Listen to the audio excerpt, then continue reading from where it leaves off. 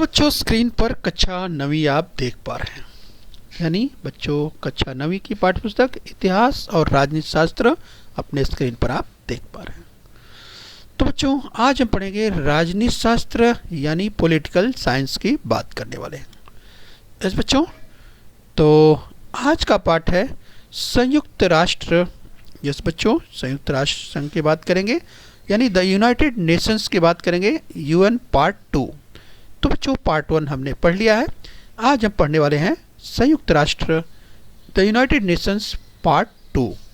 तो बच्चों मैं CS Patel, virtual training centre MCGM Mumbai से। तो आइए बच्चों आज हम देखेंगे संयुक्त राष्ट्र पार्ट 2। तो चलिए बच्चों संयुक्त राष्ट्र संघ की बात कर रहे हैं, द यूनाइटेड नेशंस की बात कर रहे हैं। यस, तो स्क्रीन पर आप देखिए, आपको हम थोड़ा सा रिवाइज करते हुए बच्चों पार्ट 1 में हमने थोड़ा देखा था। यस, अगर हम यूनाइटेड नेशंस की बात करें तो उसके हेडक्वार्टर जो कि न्यूयॉर्क में है, आप स्क्रीन पर देख पा रहे हैं। संयुक्त राष्ट्र संघ का जो मुख्यालय हेडक्वार्टर है जो कि न्यूयॉर्क शहर में, अमेरिका के न्यूयॉर्क शहर में है, ये स्क्रीन पर आपको दिखाई दे रहा है। तो बच्चों हम संयुक्त राष्ट्र संघ की बात कर रहे हैं, द यूनाइटेड नेशंस की बात कर रहे हैं। तो चलिए बच्चों उसकी ये बिल्डिंग है, तो देख सकते हैं खूबसूरत इमारत, और बच्चों आप देख सकते हैं बिल्कुल आधुनिक तकनीक से बनी हुई यस जो संयुक्त राष्ट्र संघ की बिल्डिंग है, हेडक्वार्टर है अमेरिका के यस बच्चों न्यूयॉर्क शहर में है, स्क्रीन पर आप देख पा रहे हैं। तो चलिए बच्चों हम आपको और कुछ व्यू दिखाते हैं संयुक्त राष्ट्र संघ के हेडक्वार्टर की। तो देखिए एक सुंदर व्यू आपको दिखाई दे रहा है। यस बच्चों USA यानी यूनाइटेड स्टेट्स ऑफ अमेरिका की बात करें बच्चों, यस तो अमेरिका के खूबसूरत शहर न्यूयॉर्क में ये यूनाइटेड नेशंस का हेडक्वार्टर आपको दिखाई दे रहा है। यस बच्चों, तो चलिए आगे हम बढ़ेंगे इसी संदर्भ में। संयुक्त राष्ट्र संघ की बात करें बच्चों, उसका लोगो स्क्रीन पर आपको दिखाई दे रहा है, यूनाइटेड नेशंस आप देख पा रहे हैं। तो चलिए बच्चों आइए इसी क्रम में और आगे बढ़ेंगे। बच्चों संयुक्त राष्ट्र संघ की पार्श्वभूमि थोड़ा सा हम आपको रिवाइज करते हुए आगे ले चलेंगे। द यूनाइटेड नेशंस बैकग्राउंड की अगर बात करें बच्चों, जैसा कि हमने इसके पहले चर्चा की थी, ये बच्चों संयुक्त राष्ट्र संघ की स्थापना के संदर्भ में हमने चर्चा की थी बच्चों। 24 अक्टूबर 1945 द्वितीय विश्व युद्ध के बाद 51 देशों के साथ शुरू हुआ संयुक्त राष्ट्र संघ। यस बच्चों, तो इस तरह से संयुक्त राष्ट्र की अगर बात करें बच्चों, संयुक्त राष्ट्र की स्थापना के संदर्भ में हम इसकी चर्चा कर रहे हैं। संयुक्त राष्ट्र संघ का लोगो स्क्रीन पर आप देख पा रहे हैं बच्चों। यस, इसके मुख्य उद्देश्य की बात करें, the objectives of the United Nations, आपको फिर से याद दिलाएं हम, अंतर्राष्ट्रीय शांति और सुरक्षा इसके प्रमुख उद्देश्यों में से एक, विभिन्न राष्ट्रों में मित्रतापूर्ण संबंध बने रहें, अंतर्राष्ट्रीय समस्याओं का हल शांतिपूर्ण ढंग से निकालना, मानवाधिकार एवं स्वतंत्रता का संरक्षण, इस तरह का जो संयुक्त राष्ट्र संघ का उद्देश्य, यानी बच्चों the objectives of the United Nations, right. तो चलिए बच्चों इसी क्रम में हम आपको और याद दिलाएं संयुक्त राष्ट्र संघ के उद्देश्यों की अगर बात करें, the objectives of the United Nations की, तो उसी संदर्भ में हम थोड़ी चर्चा और कर लेते हैं। एक अंतर्राष्ट्रीय संगठन, इस बच्चों अंतर्राष्ट्रीय समस्याओं को हल करने का एक मंच, सभी राष्ट्रों को समान स्थान प्राप्त, और यस बच्चों सदस्य की अगर संख्या की बात करें, सदस्य राष्ट्रों की संख्या 193 तो बच्चों इसका मुख्यालय जो हेडक्वार्टर स्क्रीन पर आप देख पा रहे हैं न्यूयॉर्क शहर में, यस अमेरिका के। बच्चों यहाँ पर आपको हम थोड़ा सा रिवाइज करते हुए चलें कि जब हम संयुक्त राष्ट्र संघ की बात करते हैं, राइट बच्चों, तो जैसा कि आप जानते हैं बच्चों जो अब तक 2 विश्व युद्ध लड़े जा चुके हैं, 1914 और से लेकर 1918 तक। जब पहला विश्व युद्ध समाप्त हुआ बच्चों 1918 में, तो आगे युद्ध न हो ऐसी स्थिति टालने के लिए लीग ऑफ नेशंस की स्थापना की गई, जिसे राष्ट्र संघ कहते हैं। तो बच्चों कई विद्यार्थी कभी गलतफहमी में पड़ जाते हैं कि राष्ट्र संघ और संयुक्त राष्ट्र संघ एक ही समझ लेते हैं। बिल्कुल नहीं बच्चों, दोनों अलग अलग हैं। जिस राष्ट्र संघ की हम बात कर रहे हैं यस जिसे लीग ऑफ नेशंस कहते हैं, और बच्चों उसकी स्थापना पहले विश्व युद्ध समाप्ति के बाद हुई थी, जो कि शुरुआत में ठीक ठाक रहा, लेकिन बच्चों आगे चल करके वो फेल हो गया। यानी लीग ऑफ नेशंस समाप्त हुआ। इसके बाद बच्चों दूसरा विश्व युद्ध शुरू हुआ 1939 में और चला था 1945। जापान ने जो तहस नहस किया था, अमेरिका ने तहस नहस किया था जापान के हिरोशिमा और नागासाकी 1945 6 अगस्त और 9 अगस्त को। तो बच्चों उसके बाद ही जो है ये जब द्वितीय विश्व युद्ध समाप्त हुआ तब जो है महसूस होने लगा कि एक मजबूत संगठन बनाया जाए, वैश्विक संगठन। और बच्चों इसी के साथ 24 अक्टूबर 1945 को संयुक्त राष्ट्र संघ स्थापित किया गया। यस बच्चों, तो ये आपको ध्यान रखना है। तो चलिए हम संयुक्त राष्ट्र संघ की बात कर रहे हैं। यस बच्चों, अब हम आपको थोड़ा सा रिवाइज करें इसके स्ट्रक्चर की, तो एक बार और हम यहाँ पर देख लेते हैं बच्चों। संयुक्त राष्ट्र संघ का जो स्ट्रक्चर है उस तरह से है। इसमें जनरल असेंबली है यानी आम सभा, सुरक्षा परिषद है सिक्योरिटी काउंसिल, आर्थिक एवं सामाजिक परिषद है इकोनॉमिक एंड सोशल काउंसिल, और बच्चों विश्वस्त मंडल है ट्रस्टीशिप काउंसिल, और अंतर्राष्ट्रीय न्यायालय है इंटरनेशनल कोर्ट ऑफ जस्टिस, और सचिवालय है बच्चों जिसे सेक्रेटरिएट कहते हैं। तो इस तरह से यहाँ पर देख सकते हैं 6 अगर अंगों की बात करें, 6 अंगों की 6 पार्ट्स की 6 भागों की बात करें, राइट। जिसमें बच्चों हमने पार्ट 1 में जब हमने अध्ययन किया था तो हमने जनरल असेंबली, आम सभा, सुरक्षा परिषद के बारे में विस्तार से चर्चा की। तो बच्चों आज उसी क्रम में हम लोग और आगे बढ़ने वाले हैं। तो चलिए बच्चों उसी क्रम में हम और आगे बढ़ेंगे और आज हम बढ़ेंगे आर्थिक तथा सामाजिक परिषद यानी इकोनॉमिक एंड सोशल काउंसिल की बात करने वाले हैं, राइट बच्चों। तो चलिए आर्थिक तथा सामाजिक काउंसिल की बात करें बच्चों, तो संयुक्त राष्ट्र की आर्थिक और सामाजिक नीतियों में समन्वय बनाए रखना इस परिषद का मुख्य उद्देश्य है। इस परिषद में कुल 54 सदस्य होते हैं। आम सभा इनका चयन करती है। प्रत्येक सदस्य का कार्यकाल 3 वर्षों का होता है तथा प्रतिवर्ष 1/3 सदस्य नए सिरे से चुने जाते हैं। परिषद में बहुमत से निर्णय लिए जाते हैं, राइट। तो बच्चों हम बात कर रहे हैं आर्थिक तथा सामाजिक परिषद की। यस, तो स्क्रीन पर आप यूएनओ का हेडक्वार्टर देख पा रहे हैं। इकोनॉमिक एंड सोशल काउंसिल की बात कर रहे हैं। तो चलिए बच्चों इस क्रम में हम और आगे बढ़ेंगे। विश्व स्वास्थ्य संगठन, तो बच्चों विश्व स्वास्थ्य संगठन की बात करें तो वर्ल्ड हेल्थ ऑर्गेनाइजेशन जिसे WHO कहते हैं। इस बच्चों विश्व स्वास्थ्य संगठन, तो उसका लोगो स्क्रीन पर दाहिनी ओर आप देख पा रहे हैं, विश्व स्वास्थ्य संगठन का। तो जो वैश्विक स्वास्थ्य की अगर बात होती है तो ये बच्चों विश्व स्वास्थ्य संगठन इसे देखरेख करता है। संयुक्त राष्ट्र ने महिला सबलीकरण और स्त्री पुरुष समानता सिद्धांत को समर्थन दिया है। महिलाओं की समस्याओं की ओर संपूर्ण विश्व का ध्यान आकृष्ट करने तथा उनसे संबंधित उपाय योजना खोजने के लिए यानी उपाय योजना करने के लिए संयुक्त राष्ट्र ने 8 मार्च को विश्व महिला दिवस के रूप में घोषित किया है।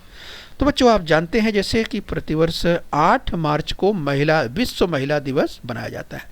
तो पीछे उसका जो ऑब्जेक्टिव है, जो उसका उद्देश्य है कि महिलाओं को किस तरह से प्रत्येक क्षेत्र में आगे बढ़ाने की बात जो है ये विश्व संगठन अर्थात यूनाइटेड नेशंस करता है। तो 8 मार्च को विश्व महिला दिवस के रूप में घोषित किया है, राइट। तो महिलाओं के सबलीकरण को लेकर के कि महिलाएं किस तरह से प्रत्येक क्षेत्र में आगे बढ़ें और स्त्री पुरुष का जो समानता का सिद्धांत है उस पर अधिक बल दिया है संयुक्त राष्ट्र संघ ने। तो बच्चों स्क्रीन पर आप देख पा रहे हैं यूनाइटेड नेशंस का जो हेडक्वार्टर है वो स्क्रीन पर आप देख पा रहे हैं। तो बच्चों हम बात करें संयुक्त राष्ट्र संघ की। आइए इसी क्रम में और आगे बढ़ेंगे। संयुक्त राष्ट्र और पर्यावरण की समस्या की बात करें बच्चों, तो स्क्रीन पर आप यूएनओ का हेडक्वार्टर देख पा रहे हैं। और बच्चों विश्व स्तर पर पर्यावरण नष्ट हो रहा है और ये गंभीर समस्या है बच्चों। जैसा कि हम जानते हैं विश्व के तमाम विकसित देशों की बात करें, अमेरिका की बात करें, रूस की बात करें, इंग्लैंड की बात करें, चीन की बात करें, राइट बच्चों, अगर ऐसे देशों की ही बात करते हैं तो ये देश विकसित देशों की श्रेणी में आते हैं यानी डेवलप्ड कंट्रीज में आते हैं। तो विश्व के जो विकसित देश है बच्चों, ये बच्चों CFC के उत्पादन की बात करें, क्लोरोफ्लोरोकार्बन जिसे कहते हैं, इसका उत्पादन जैसे रेफ्रिजरेटर है या यस बच्चों AC की बात करें, यस AC की बात करते हैं, फ्रिज की बात करते हैं, इस तरह से इसमें CFC का उपयोग होता है। और जो CFC है बच्चों बहुत ही खतरनाक है ओजोन लेयर के लिए, O3 के लिए बहुत खतरनाक है। और बच्चों अगर ओजोन लेयर खराब हुई या अगर जिस तरह से क्षतिग्रस्त हो रही है तो क्या होगा, एक दिन सूर्य की जो अल्ट्रावायलेट रेजेज हैं, किरणें हैं, वो सीधे पहुंचेगी मानव के स्किन तक। तो बच्चों इससे तमाम तरह की खतरनाक बीमारियां पैदा होने लगेंगी।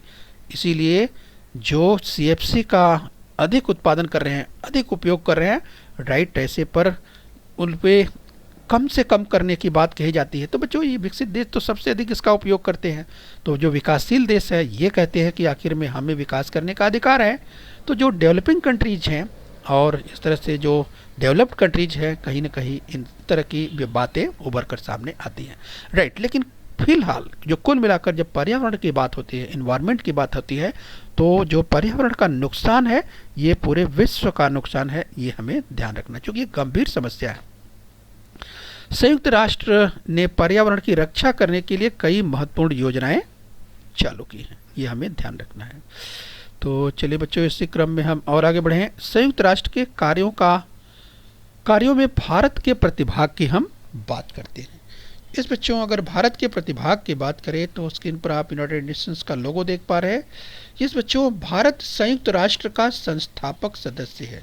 इस बच्चों यानी भारत शुरू से ही संयुक्त राष्ट्र की जब स्थापना हुई, इस संस्थापक सदस्यों में भारत शामिल रहा है। तो बच्चों आर्थिक संपन्नता, समृद्धि और विकास की गति हेतु स्थिरता व शांति आवश्यक है। यानी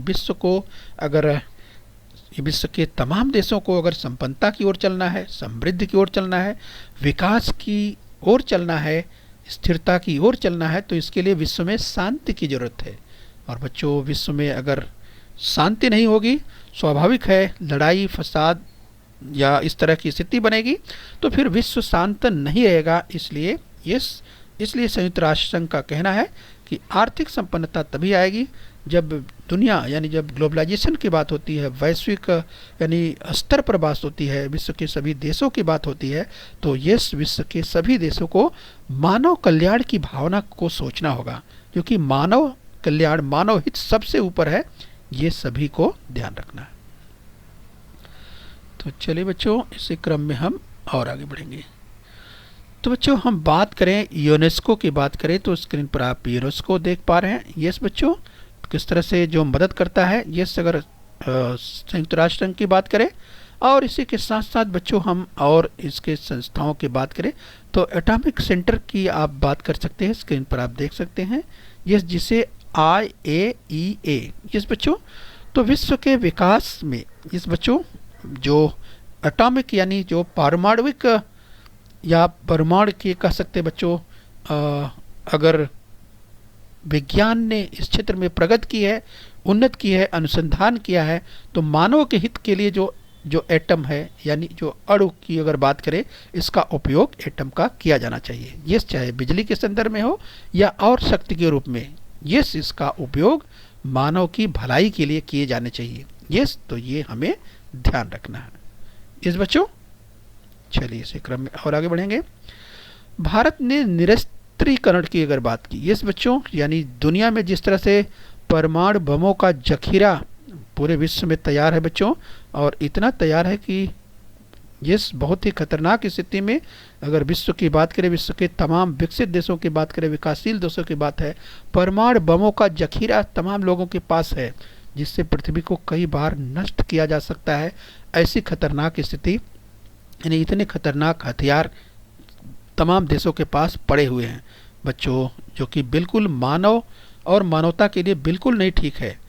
तो इसलिए भारत हमेशा निशस्त्रीकरण की बात करता है, यानी दुनिया से ये यानी शस्त्रों का उपयोग, और ख़ास करके जो खतरनाक जो शस्त्र हैं इस बच्चों, चाहे परमाणु हथियारों की बात करें, ये न्यूक्लियर वेपन्स की हम जो बात करते हैं, या बच्चों जो और भी अगर हथियारों की बात करें जैसे प्लूटोनियम है या जैविक हथियारों की बात करते हैं, या बच्चों जो अगर आज के संदर्भ की बात करें बच्चों, जैसा कि आप बच्चों देख रहे हैं जो वायरस के हमले, जैसे बच्चों कोरोना वायरस की ही बात करें आज के संदर्भ में, तो देखिए कितनी स्थिति विकट बनी हुई है। तो इस तरह से बच्चों अगर देखा जाए तो मानवता के लिए बिल्कुल ठीक नहीं है। और वैश्विक स्तर पर अर्थात दुनिया के स्तर पर अगर देखा जाए तो निश्चित रूप से ये मानवता के खिलाफ है। इस तरह की चीज़ें नहीं होनी चाहिए।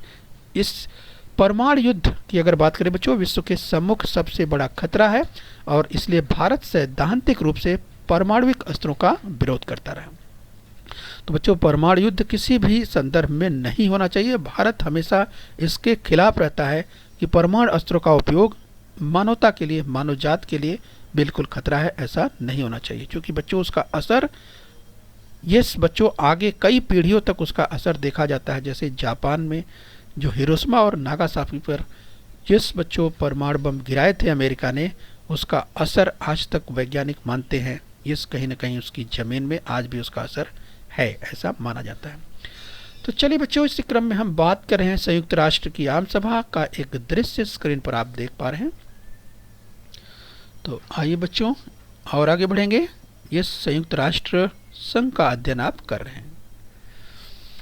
बच्चों अंतर्राष्ट्रीय न्यायालय की हम बात करते हैं, इंटरनेशनल कोर्ट ऑफ जस्टिस की बात कर रहे हैं। तो बच्चों अंतर्राष्ट्रीय न्यायालय कहाँ है? हेग, नीदरलैंड में है। तो स्क्रीन पर आप देख पा रहे हैं अंतर्राष्ट्रीय न्यायालय हेग जो कि नीदरलैंड में है, ये आपको दिखाई दे रहा है। अंतर्राष्ट्रीय न्यायालय अर्थात संयुक्त राष्ट्र की न्यायालयीन शाखा नीदरलैंड के द हेग में है बच्चों। 15 न्यायाधीश और प्रत्येक न्यायाधीश का कार्यकाल 9 वर्ष का होता है। राइट, ध्यान रखिए बच्चों, अंतर्राष्ट्रीय न्यायालय की जो बात कर रहे हैं नीदरलैंड के द हेग में है। इसमें 15 न्यायाधीश और प्रत्येक न्यायाधीश का जो कार्यकाल 9 वर्ष, ये आपको ध्यान रखना है। तो बच्चों ये अंतर्राष्ट्रीय न्यायालय जो देख पा रहे हैं, संयुक्त राष्ट्र की न्यायालयीन शाखा जो स्क्रीन पर आप देख पा रहे हैं अंतर्राष्ट्रीय न्यायालय हेग नीदरलैंड में, परीक्षा में पूछा जा सकता है, ध्यान रखिए। यस बच्चों, चलिए आगे बढ़ेंगे।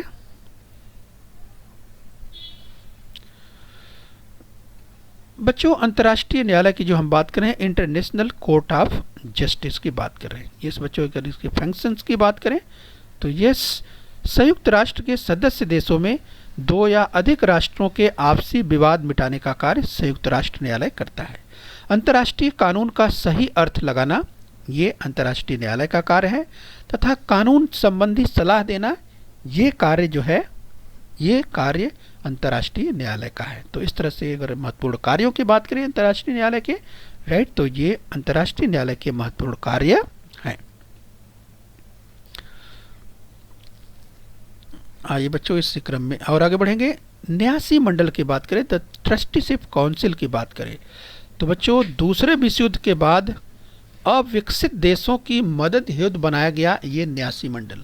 तो बच्चों द ट्रस्टीशिप काउंसिल की जो बात कर रहे हैं, इसका उद्देश्य ही था, इसका उद्देश्य क्या था कि दूसरे विश्व युद्ध के बाद जो अविकसित देश थे इनकी किस तरह से मदद की जाए।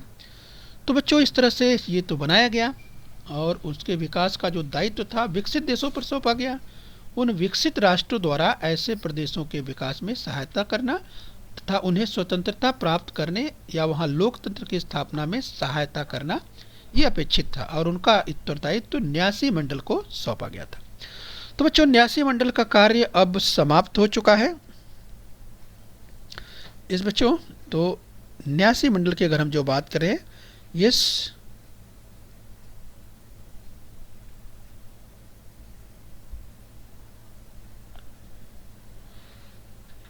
न्यासी मंडल की जो हम बात करें कि न्यासी मंडल का कार्य अब समाप्त हो गया है। चलिए बस इसी क्रम में हम और आगे बढ़ेंगे। स्थायी स्वरूप के विकास यानी मिलेनियम डेवलपमेंट गोल्स की बात करें, यस बच्चों, तो स्क्रीन पर आप देख पा रहे हैं, यस बच्चों यूएनओ का हेडक्वार्टर स्क्रीन पर आप देख पा रहे हैं बच्चों। यस वर्ष 2000 में विकास के उद्देश्य रखे गए। गरीबी उन्मूलन, प्राथमिक शिक्षा, स्त्री सशक्तिकरण यानी वुमेन एम्पावरमेंट की बात जोर शोर से कही गई। तो ये मिलेनियम डेवलपमेंट गोल्स रखे गए, यानी किस तरह से स्थायी स्वरूप के विकास जिसे कहा जाता है। जिस बच्चों ध्यान रखिए।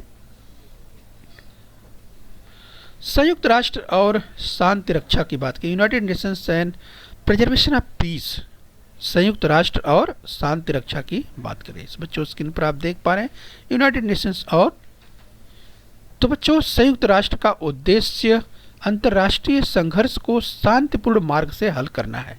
जिस बच्चों, तो ये ध्यान रखना है कि संयुक्त राष्ट्र का उद्देश्य अंतर्राष्ट्रीय संघर्ष को शांतिपूर्ण मार्ग से हल करना है। इस उद्देश्य को साध्य करने के लिए कौन से मार्ग अपनाए जाए, यह संयुक्त राष्ट्र की सनद में कहा गया है। इस बच्चों हम बात करें यूनाइटेड नेशंस की, और जिसमें हम बात कर रहे हैं United Nations and preservation of peace की बात कर रहे हैं। तो इस उद्देश्य को साध्य करने के लिए कौन सा मार्ग अपनाया जाए, यह संयुक्त राष्ट्र की सनद में कहा गया है। आइए बच्चों इसी क्रम में और आगे बढ़ें। संयुक्त राष्ट्र की शांति रक्षा की, यूनाइटेड नेशंस पीस कीपिंग की बात करें बच्चों, तो इस संदर्भ में संघर्षग्रस्त प्रदेशों में स्थायी रूप में शांति निर्माण हो, इसके लिए पोषक स्थिति निर्माण करने का काम इस उपक्रम द्वारा किया जाता है। तो संयुक्त राष्ट्र की शांति रक्षा, यूनाइटेड नेशंस पीस कीपिंग का ये महत्वपूर्ण उद्देश्य है कि ये संघर्षग्रस्त प्रदेशों में स्थायी रूप में शांति निर्माण हो, इसके लिए पोषक परिस्थिति का निर्माण करने का कार्य इस उपक्रम द्वारा किया जाता है। इस बच्चों ध्यान रखिए, यूनाइटेड नेशंस पीस कीपिंग, संयुक्त राष्ट्र की शांति रक्षा। आइए बच्चों और आगे चलेंगे, संयुक्त राष्ट्र और भारत की बात कर लेते हैं।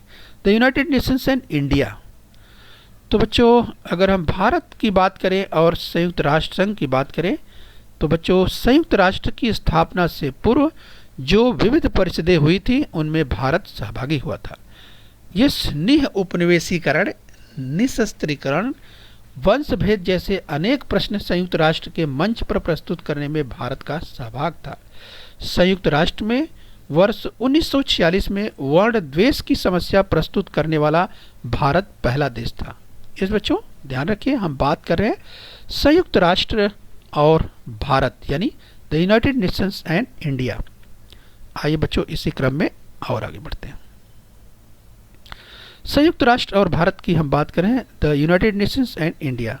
बच्चों संयुक्त राष्ट्र के सम्मुख अविकसित और विकासशील राष्ट्रों की समस्या पर हुई चर्चा में भारत ने स्थायी अगुवाई की है। संयुक्त राष्ट्र की सेना में सहभागी होने के लिए भारत ने हमेशा अपनी सेना भेजी है। इतना ही नहीं, भारत ने स्त्री सैनिकों की सेना भी भेजी है। अंतर्राष्ट्रीय संघर्ष शांतिपूर्ण मार्ग से हल हो, इसके लिए भारत हमेशा प्रयत्नशील रहता है।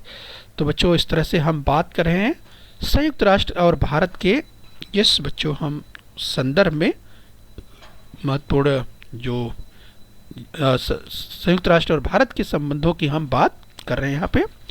आइए बच्चों इसी संदर्भ में संयुक्त राष्ट्र और भारत के संबंधों की हम बात कर रहे हैं।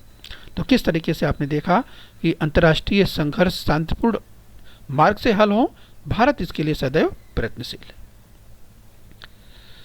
तो चलिए बच्चों पार्ट 2 आपने यहाँ पर समझ लिया है। तो आइए बच्चों अब हम थोड़ा अभ्यास कर लेते हैं। तो आपके सामने कोष्टक में, यस बच्चों कोष्टक में से उचित विकल्प चुन करके उत्तर देना है। तो चलिए बच्चों, अंतर्राष्ट्रीय न्यायालय टेस्ट देश में है, किस देश में है आप ध्यान से सोचिए, आपके पास 4 विकल्प मिलते हैं। तो अंतर्राष्ट्रीय न्यायालय किस देश में है, अमेरिका में है, रूस में है, नीदरलैंड में है या चीन में है। आप याद कीजिए बच्चों, इसकी चर्चा हमने की थी, ये अंतर्राष्ट्रीय न्यायालय की है जो हमने बात की थी।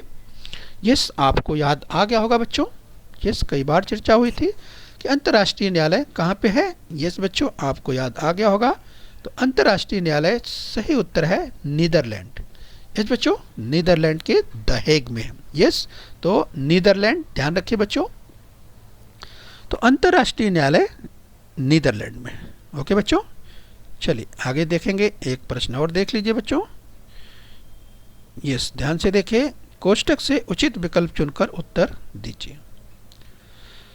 अंतर्राष्ट्रीय न्यायालय में टेस्ट न्यायाधीश होते हैं। यस बच्चों न्यायाधीशों की संख्या अंतर्राष्ट्रीय न्यायालय में कितनी है, 5, 10, 15 या 20। 4 विकल्प आपके पास है। अंतर्राष्ट्रीय न्यायालय में न्यायाधीशों की संख्या, यस बच्चों ये हमने चर्चा की थी, आपको याद होगा। यस कि अंतर्राष्ट्रीय न्यायालय में जो न्यायाधीशों की संख्या बच्चों आपको याद आ गया होगा, सही उत्तर है, सही विकल्प है 15। यस बच्चों, तो अंतर्राष्ट्रीय न्यायालय में 15 न्यायाधीश होते हैं। तो चलिए बच्चों, हम उम्मीद करते हैं कि आपने पाठ को अच्छे से समझ लिया है। तो बच्चों अपने स्वास्थ्य का ध्यान रखिए, खूब मेहनत करते रहिए। ओके बच्चों।